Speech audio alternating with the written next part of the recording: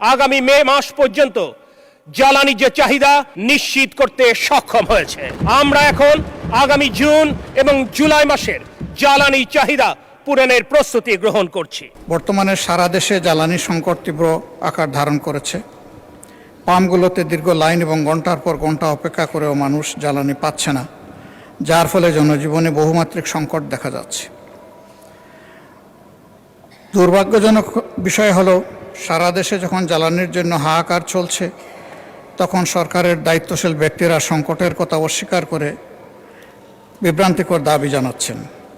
সরকার এই বাস্তবতা বিবর্জিত ও অস্বীকারের প্রবণতা সংকটকে আরও ঘনীভূত করছে এবং সাধারণ মানুষকে বিভ্রান্ত ও ক্ষুব্ধ করে তুলছে। তাই বর্তমান সংকটের প্রকৃত তথ্য প্রকাশপূর্বক এবং সংকট নিরসনে সরকারের স্বচ্ছতা নিশ্চিত করা এবং দ্রুত সমাধান অতি জরুরি। মাননীয় স্পিকার, এ বিষয়টা আসলেই বাংলাদেশের একক বিষয় নয়। এ বিষয়টা আমরা আগেও বলেছি, একটা গ্লোবাল ম্যাটার। বাংলাদেশ এর কারণে এটা তৈরি হয়নি, কিন্তু বাংলাদেশ এটার ভিকটিম। ডিমান্ড এর সাথে সাপ্লাইয়ের মিল ছিল না বলে এই সংকটটা দেখা দিয়েছে। এটা শুধু ট্রান্সপোর্টের ক্ষেত্রে নয়, দেশের সর্বক্ষেত্রে যেখানেই জ্বালানির সম্পৃক্ততা রয়েছে, মিল, ফ্যাক্টরি, ইন্ডাস্ট্রি, এগ্রিকালচার থেকে শুরু করে সর্বত্রই এই সমস্যা বিরাজমান। তাই বিষয়টি আলোচনার সবিশেষ দাবি রাখে। 17 ফেব্রুয়ারি 2026 আমরা যেদিন জনগণের সমর্থনে সরকার গঠন করি, তখন দেশে জ্বালানি তেলের মজুদ ছিল মাত্র 7 দিনের। মধ্যপ্রাচ্যে যুদ্ধ শুরুর দিন অর্থাৎ 28 ফেব্রুয়ারিতে আন্তর্জাতিক বাজারে ডিজেলের মূল্য ছিল 88 মার্কিন ডলার। 19 এপ্রিল ডিজেলের মূল্য দাঁড়ায় $164। অকটেন অন্যান্য জ্বালানি পণ্যের দামও সমহারে বৃদ্ধি পেয়েছে। কিন্তু সরকারের ধারাবাহিক উদ্যোগ, দ্রুত সংগ্রহ, সরবরাহ পুনর্বিন্যাস, বিকল্প উৎস সন্ধান এবং কঠোর মাঠ ব্যবস্থার ফলে বর্তমানে আমরা মজুদের অবস্থান উল্লেখযোগ্যভাবে শক্তিশালী করতে সক্ষম হয়েছি।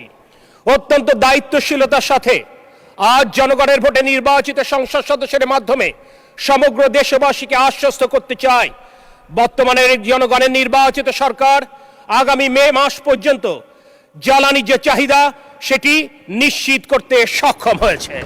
আমরা এখন আগামী জুন এবং জুলাই মাসের জ্বালানি চাহিদা পূরণের প্রস্তুতি গ্রহণ করছি। মাননীয় স্পিকার, আমি এই সংক্রান্ত কিছু তথ্য এই মহান জাতীয় সংসদে উপস্থাপন করতে চাই। আন্তর্জাতিক বাজারে 2026 সালের 2 ফেব্রুয়ারি ডিজেলের মূল্য ছিল $82.05, যেটি 27 ফেব্রুয়ারি যুদ্ধ শুরুর আগে দাঁড়ায় $88.04।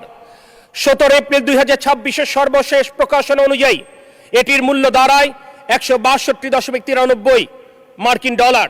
আর 1 এপ্রিল থেকে 17 এপ্রিল 2026 এখানে যদি গড় মূল্য বিবেচনা করা হয়, তাহলে এটির মূল্য দাঁড়ায় $208.74, যেটি মার্চে গড় মূল্য ছিল $186.59। অর্থাৎ যুদ্ধ শুরুর পর ডিজেলের মূল্য বৃদ্ধি পেয়েছে আন্তর্জাতিক বাজারে 142.73%, অকটেন সেখানে 72.23%, জেট ফুয়েল 143.08% বৃদ্ধি পেয়েছে।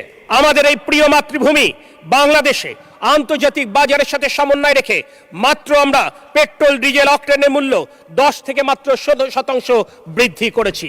যদিও যুদ্ধ শুরুর প্রথম 45 দিন বাংলাদেশের খেটে খাওয়া কৃষক, যারা এই বাংলাদেশের অর্থনীতির মূল চালিকা শক্তি, তাদের সেচের কথা বিবেচনা করে এই সরকার মূল্য সমন্বয়ের প্রচন্ড চাপ থাকবার পরেও মূল্য সমন্বয় করবার চিন্তা করেনি। 14 এপ্রিল এর পরে যখন সেচের জন্য বিদ্যুৎ এবং ডিজেলের চাহিদা কমা শুরু করেছে, তখন বাস্তবতার নিরিখেই মূল্য সমন্বয় করতে হয়েছে।